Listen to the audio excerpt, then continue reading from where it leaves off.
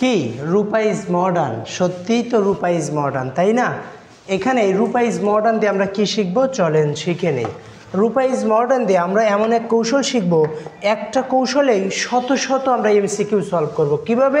মনে রাখেন আর্তে, এই আর্তে রূপার আর্তে রিকোয়ার, রিকোয়েস্ট, রিকমেন্ড, ইউতে আর্জ, আর্জেন্ট, পিতে প্রপোজ, প্রেফার, এতে আস্ক, অ্যাডভাইস, আইতে ইনসিস্ট, ইম্পর্টেন্ট, ইম্পারেটিভ, এসতে সাজেস্ট, স্টিপুলেট, এমতে ম্যান্ডেটরি, ওতে অব্লিগেটরি, ডিতে ডিমান্ড, ডিক্রিজ, ইতে ইসেনশিয়াল, আরতে রিকমেন্ড, এনতে নেসেসারি। রূপা ইজ মডার্নের এই ওয়ার্ডগুলো যদি আপনার মনে থাকে আপনি শত শত এমসিকিউ সলভ করতে পারবেন। কিভাবে? চলেন আমরা একটু দেখে নিই। এই রূপা ইজ মডার্নের কাজ কি, এটাকে কি বলে? এটাকে বলা হয় সাবজেন্টিভ ওয়ার্ড। তো দেখো এইটা একটু মাথায় রাখবো। কিভাবে এটা মনে রাখবো?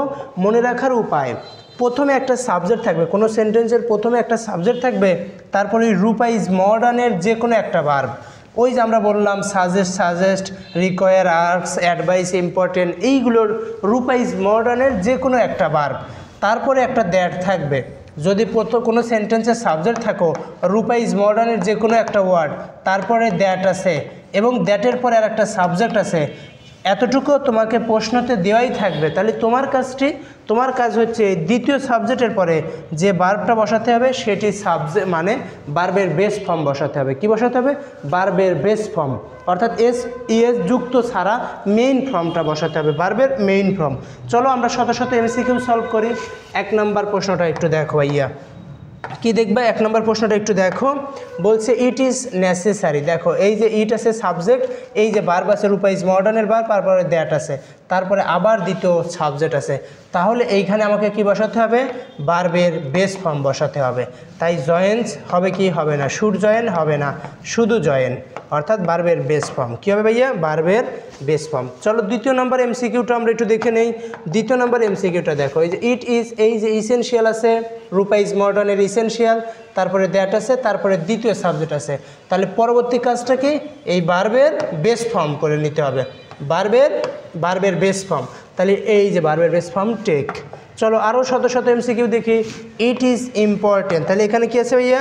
এখানে আছে ইট ইজ ইম্পর্টেন্ট, ইট আছে, ইসেনশিয়াল আছে, দ্যাট আছে, দ্বিতীয় সাবজেক্ট আছে, তারপরে পরবর্তীতে আবার ভার্বের ভার্বের বি1 ফর্ম। এটা তো দেখলাম।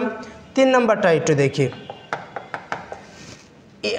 ইজ ইট ইম্পর্টেন্ট, এই যে ইজ ইট, তারপরে যে ইম্পর্টেন্ট, এই যে দ্যাট, এই যে দ্বিতীয় সাবজেক্ট, পরবর্তী কাজটা কি? তারপরে একটা শোনো আরেকটা তথ্য, এখানে আর একটা নিয়ম আছে। নিয়মটা হচ্ছে যখন দেখবা কোনো সেন্টেন্সের কোনো ভার্ব নেই, অর্থাৎ তাহলে সেই সেন্টেন্সের হবে সাবজেক্ট হবে রূপা ইজ মডার্নের, এই রূপা ইজ মডার্নের যে কোনো একটা ভার্ব, তারপরে থাকবে হচ্ছে দ্যাট, তারপরে দ্বিতীয় সাবজেক্ট, এরপরে আরেকটা নিয়ম, এই দুইটা নিয়ম মনে রাখবা। এই শুড পরে তারপরে ভার্বের বি1 ফর্ম হবে, শুডের পরে ভার্বের বেস ফর্ম হবে। তাই এখানে একটা নিয়ম শিখে রাখো, এই দুইটা নিয়ম শিখলেই শত শত এমসিকিউ সলভ। আর কোনো নিয়ম নেই সাবজেন্টিভের, তাই এটা শুড হবে। শুড এখানে যেহেতু ভার্বের বি1 আছে তাই শুড রিড। আশা করছি বুঝতে পেরেছেন। আচ্ছা পরবর্তীটা দেখি একটু। ইট বা আই সাজেস্ট দ্যাট হি, কী আছে ভাইয়া? এই আই সাজেস্ট, এই যে দ্যাট হি, তাহলে আমরা এটা দেখেই বুঝতে পারলাম এটি একটি সাবজেন্টিভ ওয়ার্ড। তাহলে পরবর্তীকার কি? ভার্বের বেস ফর্ম গো। আরও চলো দেখি। দ্য গভর্নমেন্ট রিকোয়ার, সাবজেক্ট আছে, দেখো এখানে কি আছে ভাইয়া? দ্য গভর্নমেন্ট রিকোয়ার্স, তারপরে আমাকে কি লাগাতে হবে? এটা দ্যাট লাগাতে হবে, দ্যাট এখানেও আছে, এটাতেও আছে। দ্যাটের পরে একটা সাবজেক্ট আছে, সাবজেক্ট নিলাম, তারপরে কিন্তু ভার্বের বেস ফর্ম নিতে হবে।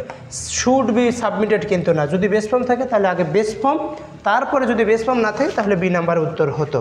তাহলে আশা করছি বুঝতে পেরেছেন। আরও নিয়মটা একটু দেখি। NBR রিকোয়ার্স, তাহলে NBR রিকোয়ার্সের পরে আমাকে কি লাগাতে হবে? একটা দ্যাট থাকবে, তারপরে সাবজেক্ট দ্যাট আছে, এখানে এটাতেও দ্যাট আছে। ইট ইন ফ্রম, এখানে শুড বি না হয়ে বি শুড বা বি সাবমিটেড। আশা করছি এ নাম্বার। সবাই তো বুঝতে পেরেছেন? তাহলে যদি বুঝতে পারেন তাহলে এটা একটু আমাকে একটু দেখান দেখি।